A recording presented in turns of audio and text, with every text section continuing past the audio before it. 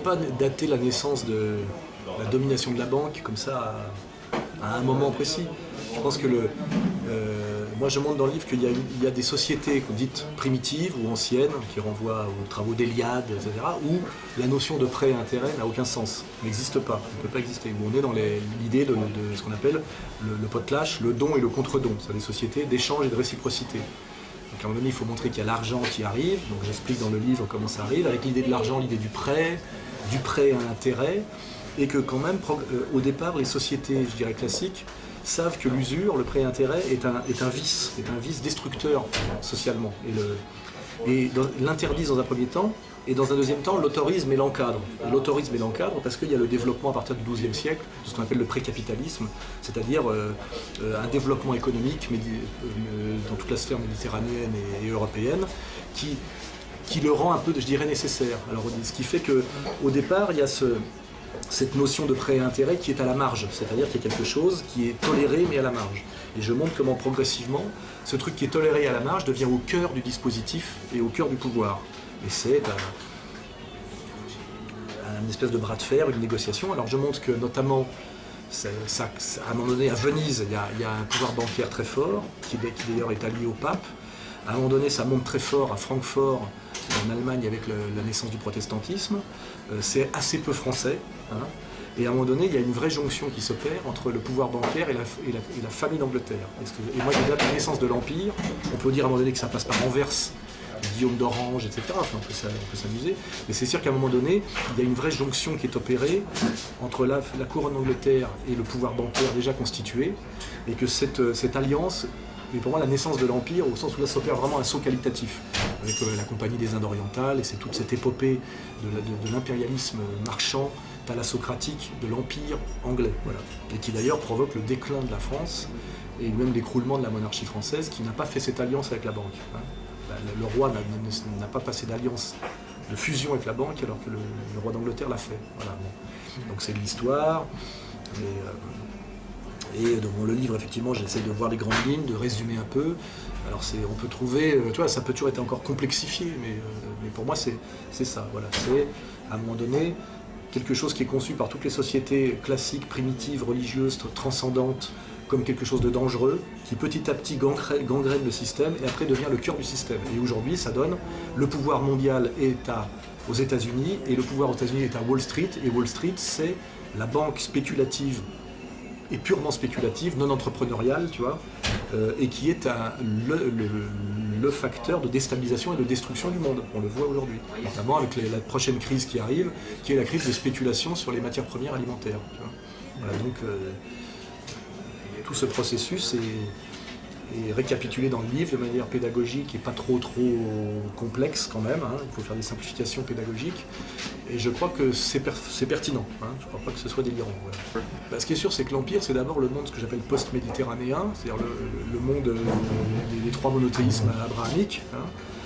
L'Europe, la Méditerranée, qui après a essaimé avec le colonialisme, notamment Angleterre, États-Unis, etc. Enfin, c'est ce monde, ce qu'on appelle le monde occidental. Après, il y a d'autres mondes qui existent. Le monde chinois n'est pas tout à fait le nôtre, le monde indien, enfin indien des Indes.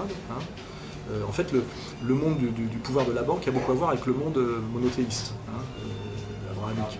Et puis dans ce monde monothéiste abrahamique, il y a encore un empire semi-sacré qui a un pied dedans, un pied dehors, ce que j'appelle le monde musulman à cause de la finance islamique.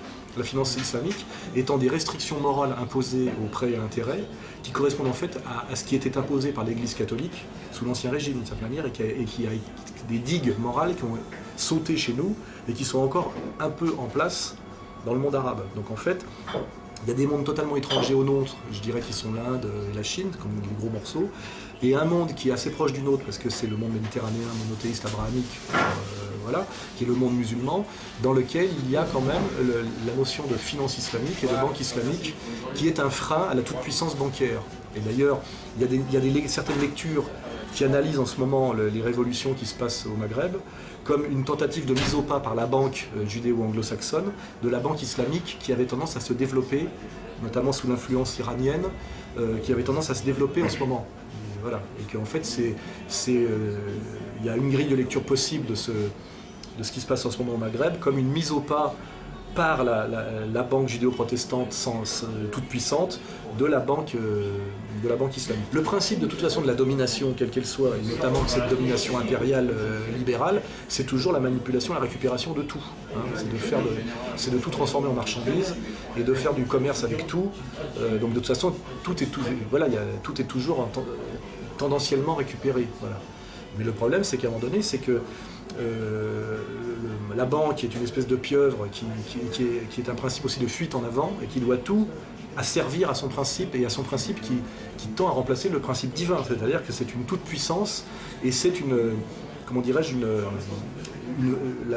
la valeur régnante. Hein, c'est-à-dire que tout doit être soumis à la loi du profit et à la logique bancaire. Alors tout ce qui résiste un peu, notamment les religions, la transcendance, la gratuité, le communisme même d'une certaine manière, ça doit être balayé, dévasté et soumis. Voilà, c'est ça qu'il faut comprendre, le principe. Et ce principe est un principe, je dirais pour moi, que j'appelle satanique. Hein. C'est le mammonisme. Voilà. C'est l'empire et l'empire de Mammon, et c'est ouvertement l'empire du mal. La banque, c'est le mal. Cette puissance bancaire qui, je le dis, judéo-protestante, anglo-saxonne et thalassocratique, et qui est passée de Londres à New York, se heurte aujourd'hui à un empire rival qu'elle ne soumettra pas comme elle a pu soumettre la France, l'Allemagne, etc., qui est l'empire chinois, hein, qui est un empire concurrent, qui fonctionne sur le même principe, mais il y a une lutte. Donc à un moment donné, si le pouvoir bancaire se déplace vers l'Eurasie, et que c'est les Chinois qui sont les maîtres de la banque, ça sera plus Wall Street. Les Chinois aujourd'hui, ils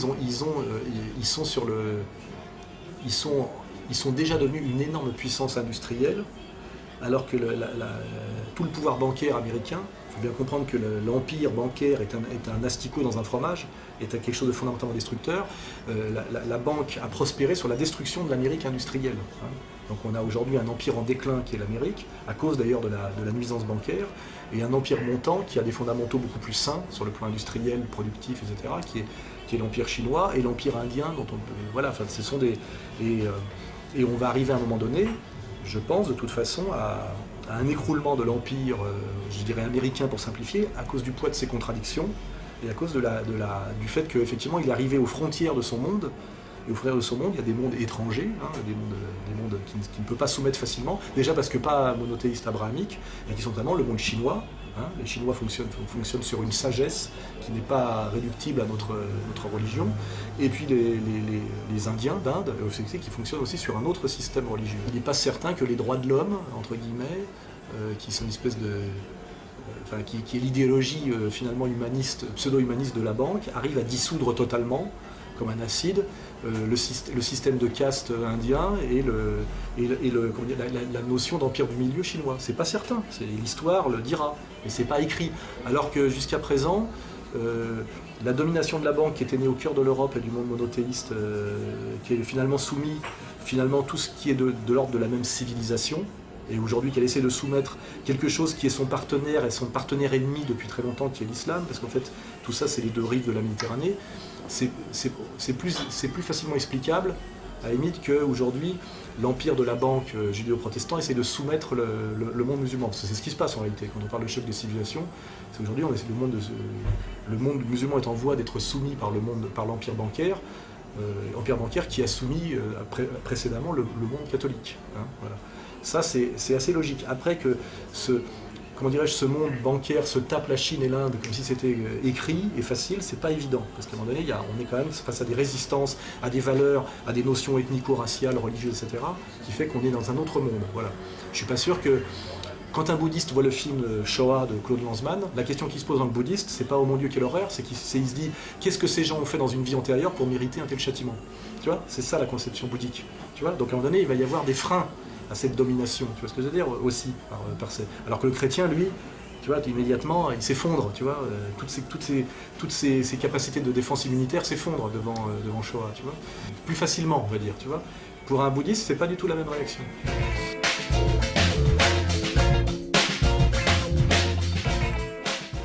Déjà, les chiffres, c'est pas très important parce qu'à un moment donné, c'est des évaluations, etc. Bon, je les ai trouvés. Mais ce qu'il faut bien comprendre, c'est que la réserve fédérale américaine, c'est ça l'explication, qui est un cartel bancaire qui n'est ni une réserve ni fédérale ni américaine. C'est le cartel bancaire des 12 banques les plus puissantes du monde, qui sont d'ailleurs liées entre elles familialement et qui sont des dynasties aussi qui remontent au milieu du XVIIIe siècle, hein, qui sont le vrai pouvoir du monde, règnent sur le dollar, qui fabriquent, c'est de la fausse monnaie, et avec cette fausse monnaie, ils achètent le monde entier. Voilà. Et en réalité, j'ai expliqué que les revenus annuels de la Réserve fédérale américaine, qui est donc un cartel de 12 banquiers qui se redistribuent les dividendes, étaient par an 50 fois la fortune définitive et permanente du patron de Microsoft. Et que ceci est totalement non su du grand public et non publié, je veux dire, mais c'est même pas discutable. Voilà, on le sait.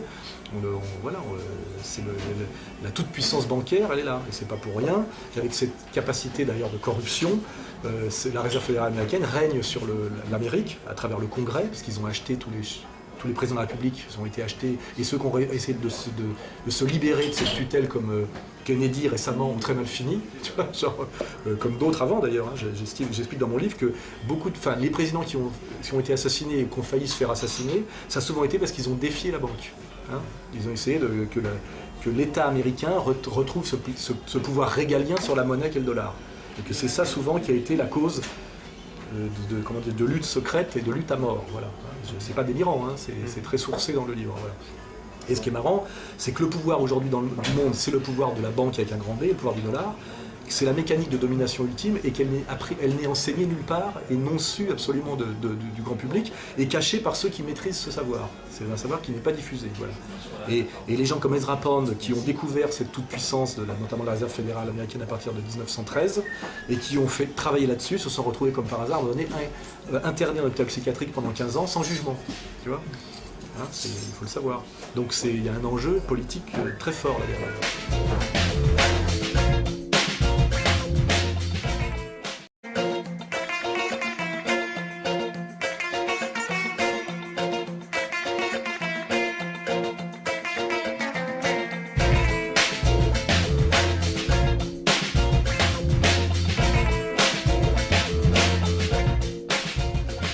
Effectivement, l'ancien régime, ça s'appelle la monarchie théocratique, régnait sur l'alliance de deux, si on prend les catégories de Dumézil, des bellatores, c'est-à-dire la noblesse qui est d'abord une caste guerrière, et les oratores qui sont la caste des prêtres. Donc la monarchie était de droit divin. Voilà. Donc l'Église catholique était, en tant que clergé, effectivement, cet allié du pouvoir, les armes, le logos, etc. À un moment donné, la bourgeoisie marchande a essayé de chasser le pouvoir de la grande propriété foncière qui était l'aristocratie, et a eu besoin de sa religion à elle, effectivement, qui ne pouvait pas s'accommoder avec le catholicisme. Et pour ça, elle s'est appuyée sur une contre-religion qui s'appelle la franc-maçonnerie, dont je dis que c'est une religion sans révélation, c'est-à-dire sans Dieu, mais c'est une religion parce que c'est une église. C'est-à-dire qu'elle a des temples, elle a des fidèles, elle a une eschatologie, voilà. Et que c'est le clergé occulte de la République. C'est le clergé de la République, mais c'est caché, parce que le petit peuple ne peut pas comprendre finalement, comme on lui vend l'idée d'égalité citoyenne et qu'on lui vend l'idée que rien ne doit exister entre le citoyen et l'État. En fait, la franc-maçonnerie est une trahison et un mensonge à ce niveau-là, puisque c'est un corps intermédiaire, alors que normalement on a détruit les corps intermédiaires, et c'est un clergé, alors que normalement l'idée de laïcité, c'est qu'on est dans l'art religieux, dans le non-religieux. Or en fait, la laïcité, ce n'est pas l'athéisme. Hein. Et je le dis d'ailleurs, quand on cherche les symboles maçonniques, on voit que le symbole ultime de la maçonnerie, c'est pas un symbole grec athée, c'est le temple de Salomon. Hein. Et puis d'ailleurs Mélenchon le dit très bien, il dit la libre pensée est née en France en s'émancipant du joug catholique et s'est appuyée sur l'individu, l'idée d'individu, et s'est appuyée sur le protestantisme qui a généré la franc-maçonnerie et qui elle-même remonte à la libre expression critique qu'on retrouve dans le judaïsme. C'est-à-dire que Mélenchon, qui est maçon et membre du Grand Orient, ce qu'il ne dit jamais quand il se présente devant les électeurs, lui-même articule bien le catholicisme comme l'ennemi, hein, la réaction, et en fait la séquence progressiste pour lui, c'est quand même quelque chose qui est articulé, la maçonnerie, qui vient du protestantisme, qui vient du judaïsme. Donc il articule bien ces choses-là. On ne remonte pas donc de la laïcité à Athènes, mais on remonte de la laïcité au judaïsme. Et ça, c'est dans tous les symboles, c'est écrit, c'est revendiqué. Et c'est vrai dans la hiérarchie maçonnique, puisque la maçonnerie des maçonneries, c'est le Bénéi Brit, hein, qui est la plus grande maçonnerie du monde, et qui est une maçonnerie juive, et exclusivement juive. Voilà. Donc voilà, c'est de la sociologie. Hein, y a pas de... Et quand je parle de Satan, je dis effectivement, Satan c'est le maître de la terre, c'est le porteur de lumière. On peut le prendre de manière religieuse si on est religieux, mais de manière totalement métaphorique si on est matérialiste. Voilà. C'est qu'effectivement, Satan est celui qui lutte contre Dieu. Quoi. Je veux dire, il y a Dieu et il y a Satan.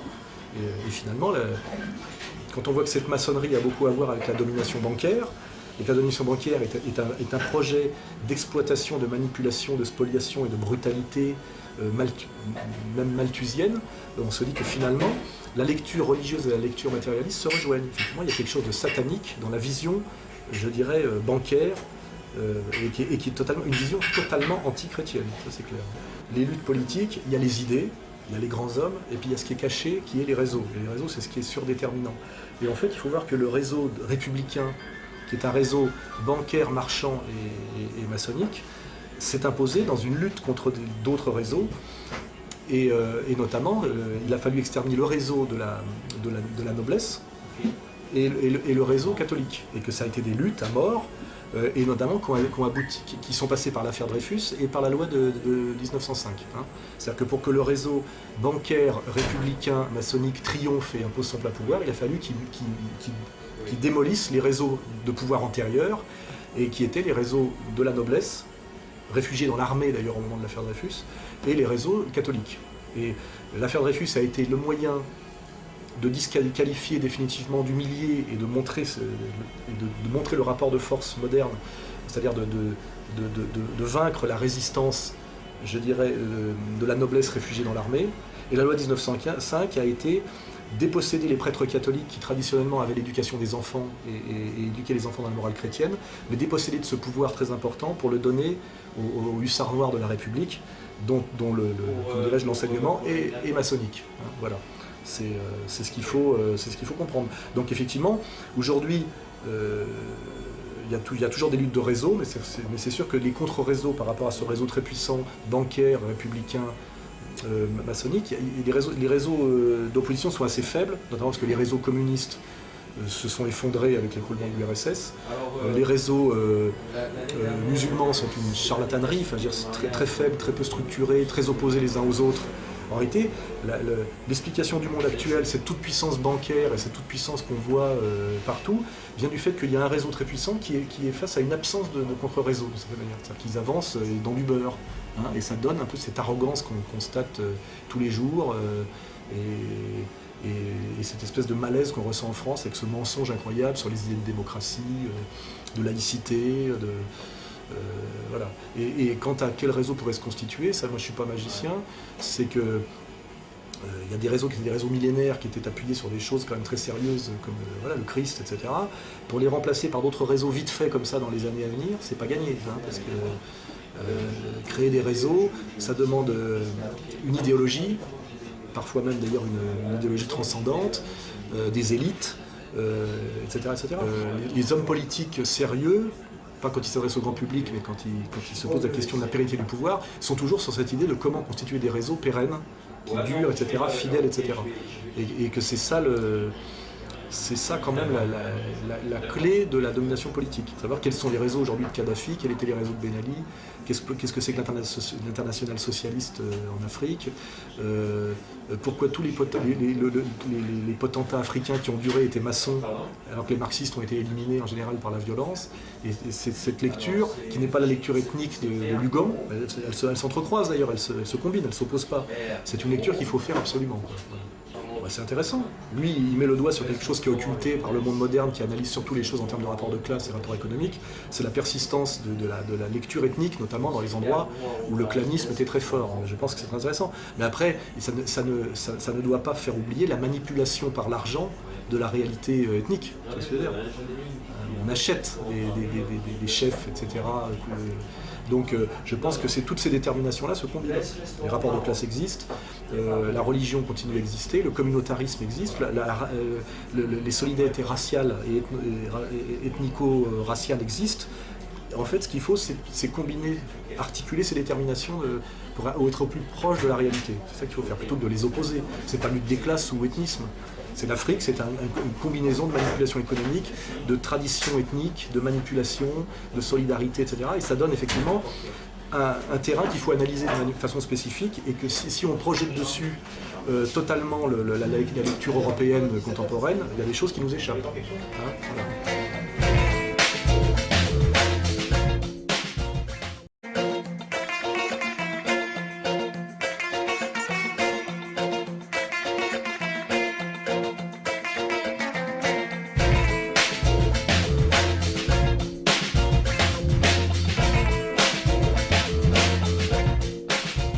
Non, c'est pas un abus de langage. Je pense que quand on est un leader politique et qu'on appelle ouvertement à la violence et à la tension, on est de toute façon dans une logique de délinquance, puisqu'à un moment donné,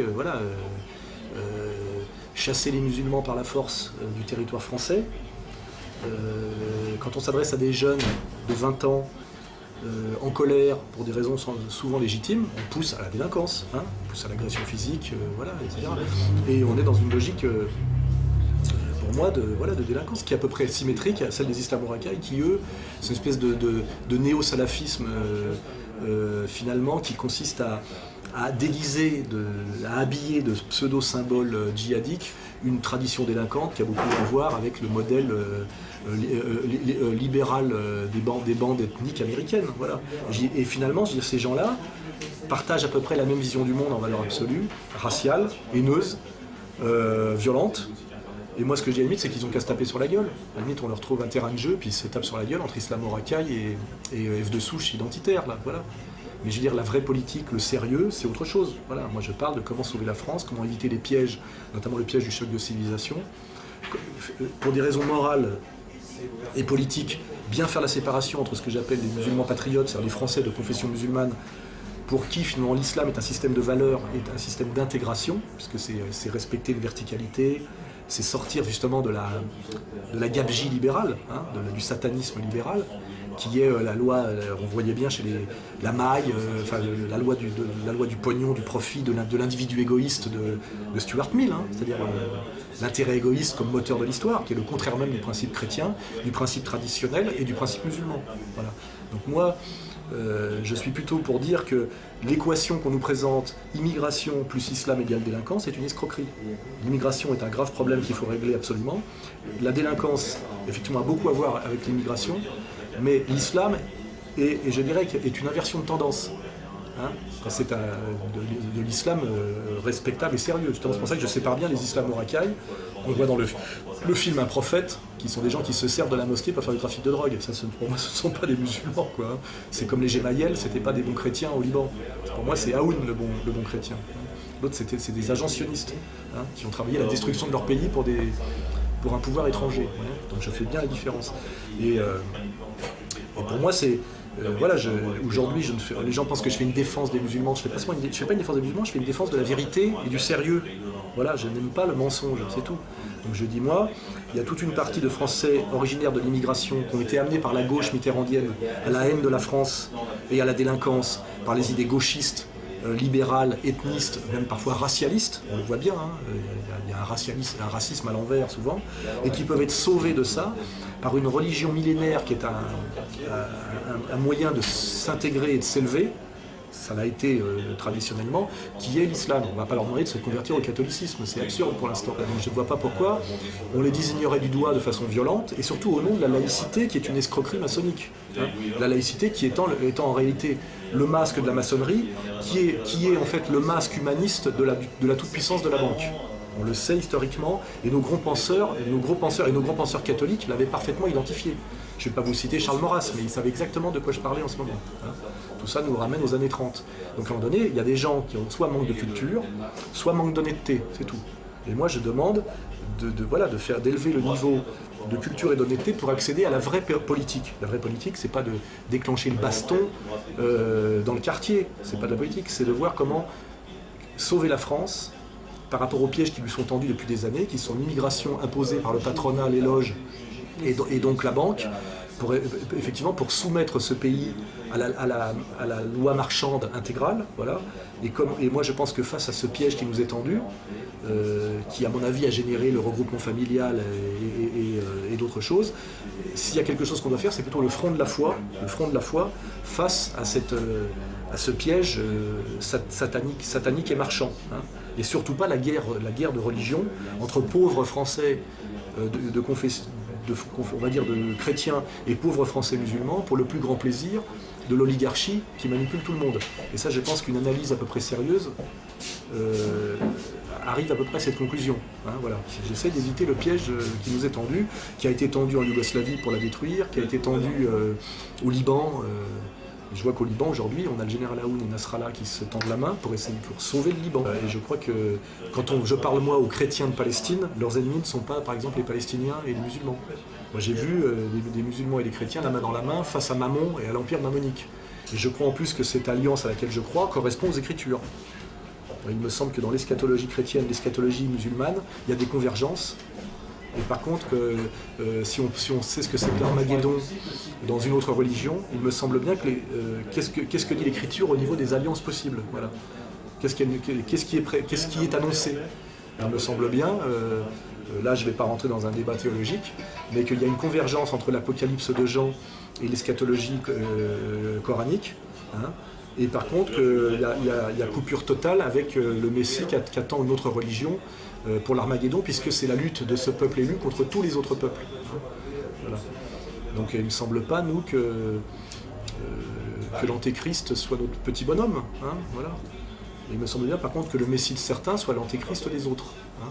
Et qu'à un moment donné, il y a quand même, je veux dire, qu'on analyse la question de manière géopolitique, matérialiste, ou qu'on l'analyse de façon totalement spiritualiste, ça converge. Donc j'aimerais bien savoir comment certains catholiques veulent me présenter des alliances totalement contre nature.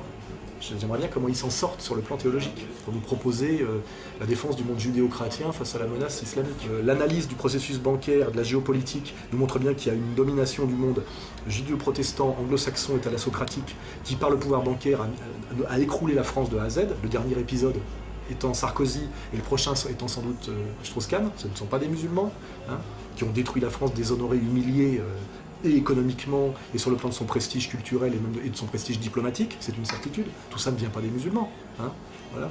Et même si on parle de la nuisance, on va dire des pauvres qui prient dans la rue, tout ça est la conséquence de l'immigration qui a été voulue par les loges, le patronat, imposée légalement par Chirac sous la présidence Giscard. Ce n'est pas une offensive musulmane.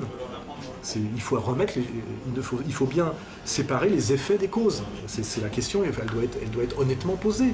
Et là, face à moi, j'ai des menteurs. Des gens qui disent oui, mais il faut faire des alliances momentanément contre nature. Des gens qui se croient plus malins qu'eux. Des gens qui croient qu'ils peuvent manipuler Satan. Voilà. Est-ce que les identitaires niçois ont le niveau pour manipuler Satan? Je ne le crois pas.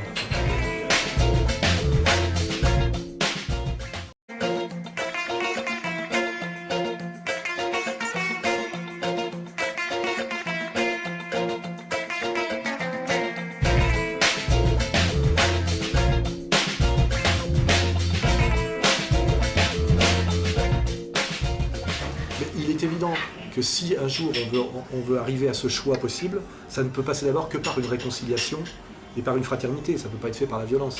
Imaginez bien que si vous dites notre projet c'est de vous chasser du territoire français, par définition, ça se passera mal. En revanche, si à un moment donné, la France redevient maîtresse d'elle-même par une alliance, notamment celle que je préconise, contre la puissance mammonique et impériale, à un moment donné, on peut réfléchir à des vrais rapports nord-sud correctement institués, qui permettraient d'éviter ce qui se passe en ce moment, un afflux massif de gens fuyant des pays qui ont été très mal dévastés par la soumission à l'Empire. Hein. Les Ben Ali, etc., étaient totalement soumis à la puissance impériale, et c'est pour ça qu'ils se sont rendus détestables à leur propre peuple, notamment sur les questions israélo-palestiniennes. C'est pour ça qu'ils sont chassés, ils ont mal partagé la richesse, ils ont créé du chômage de masse chez des jeunes, etc. Et ces jeunes, ne voyant pas d'avenir dans leur pays, veulent monter au nord. Si les rapports nord-sud étaient correctement respecter les principes d'honneur et d'égalité, à un moment donné, effectivement, beaucoup de gens pourraient penser que finalement, leur destin est plutôt de retourner dans leur pays d'origine, s'ils le souhaitent, parce qu'en plus, ce serait un destin prospère. Et effectivement, face à cet espoir-là, qui est mon espoir à moi, il n'y a que le camp des saints, c'est-à-dire un espèce de bunker occidental riche, de plus en plus racialisé, qui interdit à des comment dirais-je, à des pauvres du tiers-monde famélique de venir, mais qui a de moins en moins les moyens de les en empêcher, à part leur tirer dessus du haut de Mirador, et ça c'est catastrophique comme vision du monde. Donc à un moment donné, si on veut éviter, comment dirais-je, ce déséquilibre nord-sud, ça se fera justement par le sortir de la logique impérialiste imposée notamment par le système américain, pour qu'à un moment donné, ces pays qui ont des richesses et qui pourraient produire des élites légitimes sortent du chaos dans lequel on les a plongés, et c'est ce chaos dans lequel on les a plongés qui fait que leur espoir est de monter au nord, en plus pour des destins d'humiliation et de misère. On est tous d'accord là-dessus. Et là-dessus, moi, c'est pour ça que Kémy Séba, ça n'a jamais été mon ennemi, parce que j'estime effectivement que son retour en Afrique est en plus cohérent, puisqu'à un moment donné, ce qui est insupportable, pour moi, c'est la ligne des indigènes de la République, qui oublient d'ailleurs que les indigènes, c'est nous, qui me traitent de colon, alors que pour que je sois colon, il faudrait que je sois de l'autre côté de la Méditerranée, mais là, je suis en France, donc je ne peux pas être un colon, je suis chez moi. Et qu'eux, par contre, sont dans un espèce de colonialisme et de racisme à l'envers, avec des affiches d'ailleurs qui sont prises des affiches de l'Empire des années 30, hein, complètement inversées, où ils parlent de rebeux et de renois, qui est une injure. Rebeux et renois, c'est la manière dont les trotskistes traitent les banlieues dans les années 80. C'est pas des rebeux et des renois. Hein, ça, on les prend pour des imbéciles. Et finalement, on découvre que finalement, ces gens-là qui disent qu'ils sont victimes de l'indigénat se conforment entièrement à tous les principes de l'indigénat. Jusqu'à quand on voit la manière par qui ils sont payés. Vous voyez ? Finalement, ils prolongent l'indigénat. Moi, je propose qu'on en sorte. C'est la différence. Mais pour ça, il faut accéder à la citoyenneté, à l'autonomie, à l'honnêteté, sortir du discours victimaire, se structurer aussi et arrêter de quémander de l'argent au Parti socialiste et à des réseaux pour lesquels on travaille comme un indicateur de police, etc. Enfin, il faut sortir de toute cette merde qui a été parfaitement décrite par des gens bien et qui s'appelle l'épopée des SOS Racisme, montée par Julien Drey pour François Mitterrand. Voilà, on est encore dans c'est les derniers avatars de cette saloperie, donc il faut sortir absolument. Moi, je m'adresse aux musulmans patriotes que je considère comme un musulman patriote, c'est-à-dire un Français de confession musulmane, et les autres, ils sont encore dans l'indigénat, mais des deux côtés. Hein. C'est Dominique Sopo qui tapine pour les élites du Parti socialiste, hein, en trahissant sa communauté pour des... Voilà, c'est de l'indigénat, ça correspond exactement à ce qui se passait effectivement du temps des colonies. Ce sont effectivement, ils se comportent effectivement comme des indigènes, au sens indigénat. Voilà. Et aujourd'hui, les gens qui écoutent ce que je dis et qui se rapprochent de moi ou qui fraternisent avec moi, comme les gens que je suis allé rencontrer de la COBEMA à Marseille la semaine dernière, sont plus du tout dans cette logique. La catastrophe aujourd'hui, c'est que nous avons une immigration qui est organisée systématiquement, en réalité même plus pour des raisons économiques, puisqu'il y a du chômage, mais pour des raisons raciales, c'est-à-dire pour des raisons de métissage forcé, pour créer du melting pot et créer de la babélisation et de l'ilotisme. Donc c'est un projet de destruction. Parce qu'en réalité, quand tu mets des musulmans et je dirais même pas des musulmans, des maghrébins et des Français de souche dans une banlieue, c'est même pas du métissage au sens où ça serait l'addition de deux cultures, c'est la destruction de ces deux cultures par leur télescopage, pour en faire en fait des libéraux américains en survêtement, c'est-à-dire des sous-prolétaires de bandes ethniques américains. C'est ça que ça donne. Tu vois très bien Ribéry, tu vois ce que je veux dire. C'est pas le génie français millénaire plus le génie musulman. C'est Zaya, tu vois ce que je veux dire. C'est zéro. D'ailleurs, le mec, il veut même plus parler français. Il ne savait pas qu'il parlait de toute façon pas français déjà. Voilà. Donc voilà, ce que je dis bien, c'est que moi, je propose aussi, par ce respect du français musulman fier, sortir aussi du métissage. C'est pas le métissage. Moi, j'aime bien être un Français catholique face à un Français musulman. J'aime pas cette espèce de dilution droit de l'homiste de l'islam dans le catholicisme et réciproquement pour donner l'idéologie Bernard Kouchner. Tout ça, ce sont les pièges contre lesquels nous devons lutter ensemble. Et ce qui me terrifie, moi, c'est ce projet de babélisation, d'îlotisme, de métissage et de destruction à l'américaine qui donne ces bandes ethniques typiquement américaines où tu vois en fait des bandes de latinos, de blacks, etc., ils s'appellent comme ça, qui sont en fait exactement, qui ont les mêmes codes, la même idéologie et les mêmes codes. C'est-à-dire qu'en fait, à part se taper sur la gueule, ils sont tous dans la délinquance, le trafic de drogue, en survêtement avec des chaînes en or. Tu vois, tu n'as même pas des Mexicains qui essayeraient de propager une culture mexicaine par la religion catholique et un certain look vestimentaire, c'est pas vrai. Ils sont tous exactement livrés à la dictature du sportswear. Et c'est ça à quoi il faut échapper. Voilà. Et je dis de ce point de vue-là qu'un jeune issu du Maghreb, né en banlieue, qui a été manipulé et pris en charge par son pays d'origine, puis par l'imam Blédard, puis par SOS Racisme, moi je pense qu'il peut s'en sortir par quelque part un retour à l'islam tel que je le conçois, tu vois. Ça peut être un moyen d'intégration et d'émancipation. Et je le conçois comme ça parce que je fais de la sociologie sérieuse, voilà. Alors après, je dis pas que que je suis fasciné par tout ça et que j'en rêve. Je dis que malheureusement, il y a eu le regroupement familial qui a été organisé. Il y a des gens qui sont sur notre territoire et il faut s'en sortir par le haut, voilà, et éviter les pièges qui sont notamment les solutions totalement abstraites et inatteignables qu'on retrouve chez F de Souche, mais c'est pas dur pour eux, parce que finalement ça consiste à faire les malins sur un blog internet. Ils ont déjà renoncé, ils ne prétendent même pas à aucun moment faire de la politique, ils s'en foutent, ils s'amusent.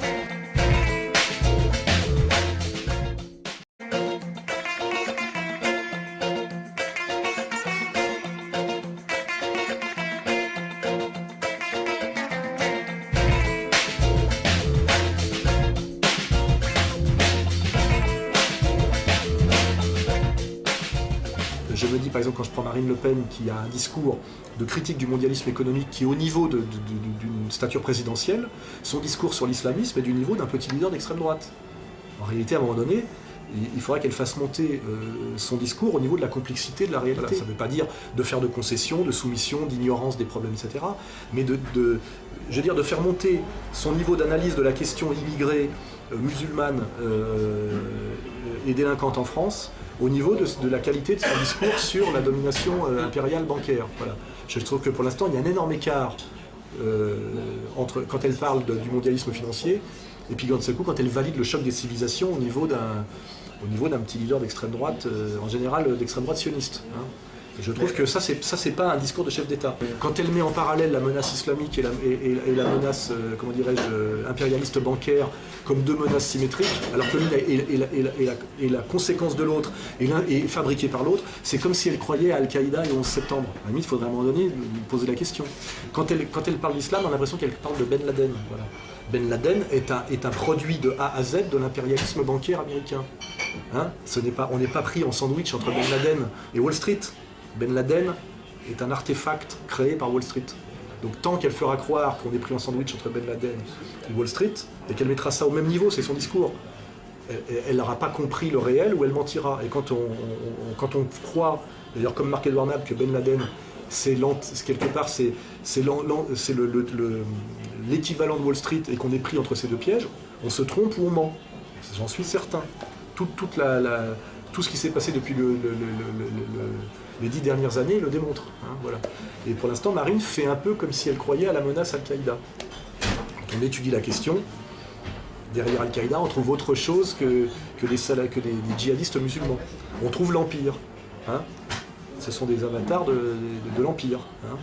Et donc, si elle ne le sait pas, il faut qu'elle travaille, et si elle le sait, bon, on va dire pour l'instant donc elle ne dit pas tout, peut-être pour monter dans les sondages, peut-être pour que les médias l'invitent, je ne sais pas, voilà, mais à un moment donné, si un politique se respecte par le courage de son discours de vérité et son niveau d'expertise, je dis il y a un écart en ce moment assez fort entre son discours d'expertise et de critique économique, qui est le mien totalement, là-dessus je suis 100% avec elle, par contre son discours sur la question musulmane est pour l'instant un discours de petit leader d'extrême droite. Ce n'est pas un discours de quelqu'un qui peut devenir président de la République à brève échéance. Donc à un moment donné, il faudra qu'elle fasse monter le niveau.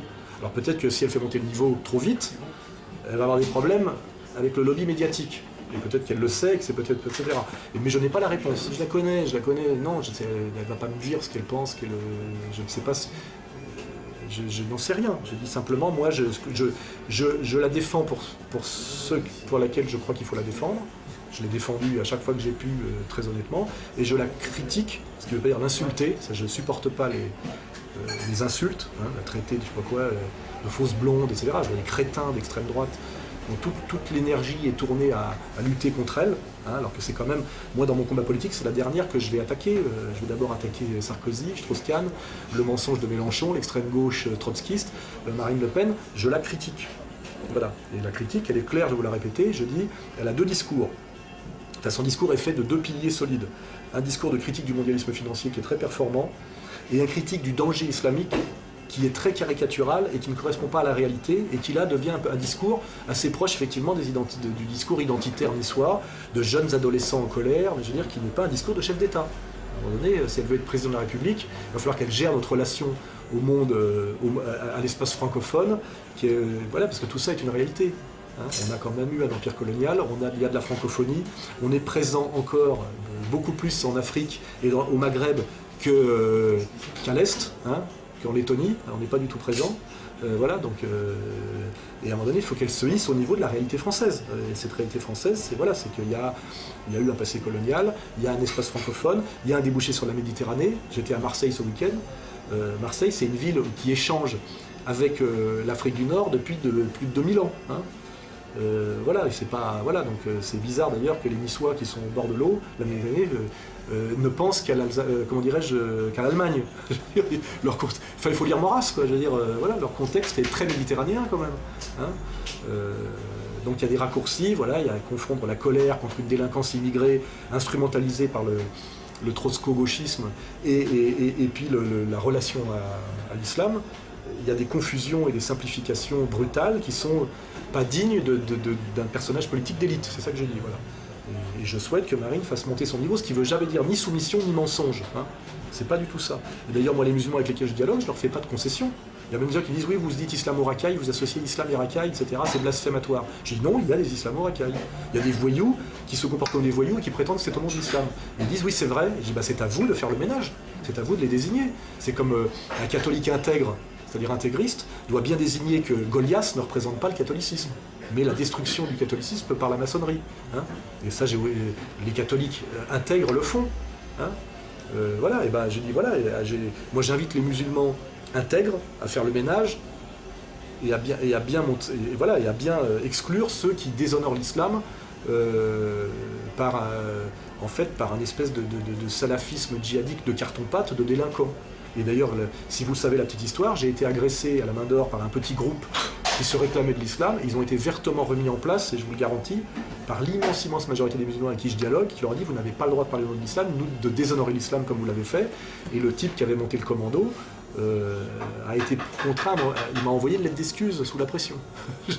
Voilà. Donc et ça c'est sain. Voilà. Et ce qui est tragique, c'est de faire croire qu'il y a un combat de chrétiens contre musulmans. C'est infiniment plus complexe. Voilà, et je vous dis, soit on se fait plaisir et on joue l'OM contre le PSG, les Blancs contre les Noirs, etc., ce sont des trucs d'adolescents, soit on s'élève au niveau de la politique réelle et des pièges qui sont tendus à la France, on s'élève au niveau de la complexité de l'histoire de France, où François Ier, pour résister à une domination impériale, il y a eu deux empires qui ont essayé de soumettre la France, qui était l'empire, le Saint-Empire romain germanique ou la perfide Albion. La France a toujours passé des alliances, je dirais contre nature, parce que la France n'est pas un pays racialiste, et notamment François Ier avec Souleymane le Magnifique, pour garder son indépendance. Et là-dessus, j'invite les gens d'ailleurs à regarder les vidéos d'Asselineau sur l'histoire de France, qui est à mon avis le plus performant, et beaucoup plus performant qu'Éric Zemmour, qui nous fait croire que la France est la continuation de l'Empire romain, ce qui est absolument faux pour moi. C'est de la manipulation politique pour nous amener, à mon avis, à la solidarité judéo-chrétienne, comprise comme la défense d'Israël, comme l'avant-garde de l'Occident luttant contre la menace islamique. Enfin, on voit bien quand on articule toutes ces escroqueries, on arrive à quoi? À demander à des Français catholiques qui ont été entièrement détruits par un monde de défendre ce monde-là parce qu'ils se sentent aujourd'hui en danger. Hein, voilà. On demande aujourd'hui aux identitaires français, aux Français catholiques, aux patriotes français de se sentir solidaires avec une communauté qui a passé son temps à nous insulter, à nous marginaliser et qui a organisé tout ce qu'elle prétend combattre aujourd'hui. Parce que Finkielkraut, qui se plaint aujourd'hui du racisme anti-blanc et de la présence musulmane en France, était le parrain des SOS Racisme. Il fait partie de ceux qui ont voulu le métissage pour punir cette France qui mérite leur haine, il l'a déclaré, parce qu'il se rappelle encore de la France de Pétain. Et ils se plaignent aujourd'hui de la présence musulmane alors qu'ils ont organisé l'immigration de A à Z, avec en plus le projet du métissage, et je dirais là c'est clair, de la destruction de la race blanche française. Et aujourd'hui ils se plaignent du racisme anti-blanc. Ils se plaignent de ce qu'ils ont créé de toutes pièces. Le musulman qui montre du doigt aujourd'hui, c'est l'immigré qu'ils ont fait venir hier et qui continue à faire venir en douce en réalité. Hein. Donc à un moment donné, est-ce que nous allons nous allier à ces gens-là? La réponse est non. Voilà, parce que au moins les musulmans, on peut dialoguer avec eux, avec les autres, non, on ne peut pas. Hein, je ne crois pas qu'on puisse ruser avec le diable. Voilà.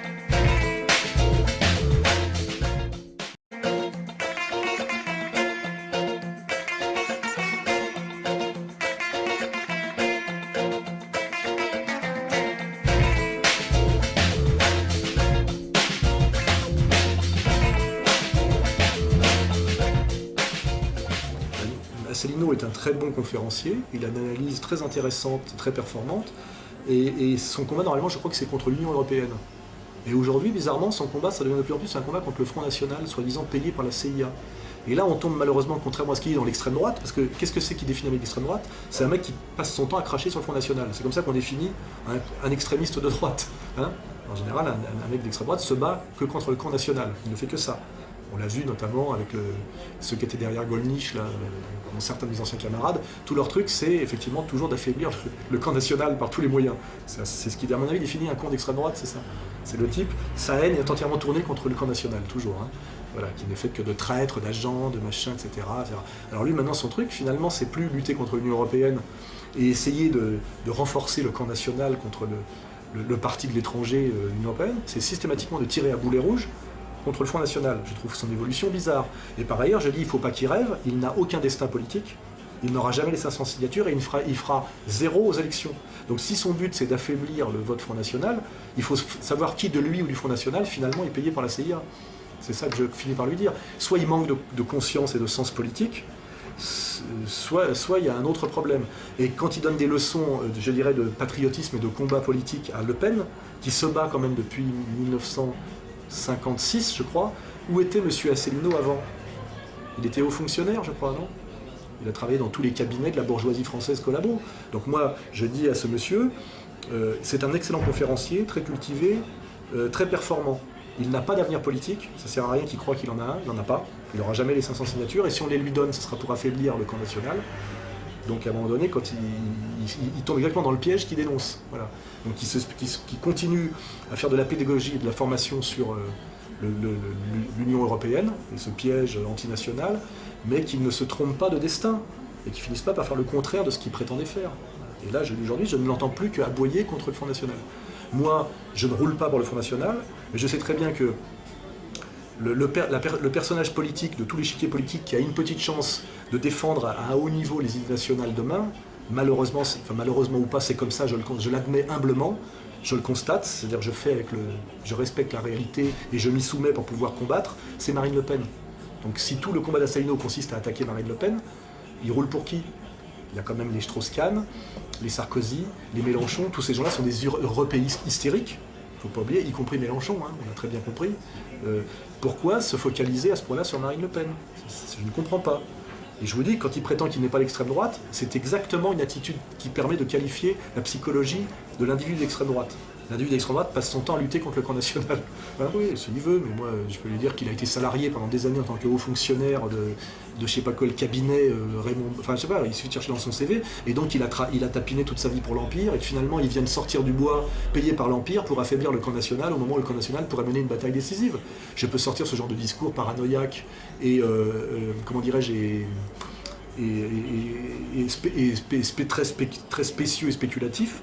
Moi, j'ai pas envie de tomber là-dedans. Je dis, chacun doit faire son travail pour aider à la conscience nationale et à l'idée de ce que doit être une France indépendante et à éviter les pièges, et notamment les pièges de la domination impériale qu'il a aussi bien identifié que moi, puisqu'on est absolument d'accord sur les prémices. Pourquoi tout son combat maintenant consiste-t-il à désigner du doigt le Front National comme en plus payé par l'Empire? Voilà, alors que c'est quand même depuis 40 ans le seul mouvement, et c'est vérifié, je veux dire, prétendre que le Front National est européiste, ça confine à l'escroquerie. Je veux dire, moi j'ai fait campagne, à l'époque j'étais au Parti communiste contre le oui à Maastricht, il y avait le Front National et le Parti communiste. Où était M. Asselineau en 1992?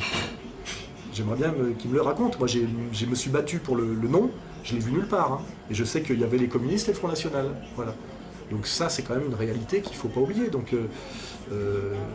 il faut avoir l'humilité de son orgueil, de sa prétention. C'est comme les gens qui me disent « Monsieur Soral, vous pourriez être le Chavez français ». Je dis « Non, calmons-nous. Je fais des petites vidéos sur Internet, j'écris des bouquins. Voilà, il faut avoir l'humilité de ses prétentions et vice-versa. Et j'ai l'impression que M. Asselineau, à un moment donné, se voit pas tel qu'il est. Voilà, quand il fait comme ça, c'est pas le général de Gaulle. Hein, je veux dire, voilà, c'est pas non plus Jean-Marie Le Pen, c'est pas non plus Marine Le Pen. Il a 700 adhérents dans son assos. Voilà, il va pas renverser la République. Hein, voilà, il faut, à un moment donné, est-ce qu'il est lucide ou pas? Voilà, ce qui est bizarre, c'est qu'il est très fort quand il fait de l'expertise. Puis à un moment donné, quand il se voit un homme politique, il devient au niveau d'un petit extrémiste de droite de 20 ans. Quoi. Je veux dire, il n'a pas plus de réalité que Boris Lelay, quoi, je veux dire, en termes de poids politique. Voilà, donc il faut, à un moment donné, voilà, on est dans le sérieux ou pas? Moi, je prétends pas défier le Front National. Je prétends avoir géré une association de 1000 personnes qui a un site internet performant et qui fait de la pédagogie et de la formation du mieux qu'elle peut, en essayant de toucher la jeunesse française et la jeunesse immigrée. Voilà, j'ai conscience de mon segment de marché. Asselineau, lui, peut être très performant pour ramener au nationalisme sain une bourgeoisie catholique, parce que c'est sa clientèle, qui a été, à force de bêtises et de perte de conscience, qui s'est jetée dans les bras de Sarkozy. Parce que ça, c'est ce qu'il peut faire. Et après, critiquer Marine, honnêtement, puisque c'est la leader du mouvement national le plus performant, critiquer Marine Le Pen pour ses contradictions, ses imprécisions, etc., de façon profitable à tous, je pense que c'est ce qu'il faut faire. Plutôt que d'agresser systématiquement le Front National, parfois même en mentant. Ça devient bizarre, notamment que le Front National n'a jamais voulu sortir de l'Union Européenne, etc., ou n'a jamais été pour le retour au franc. Ça devient bizarre, quoi. Donc, la question est posée.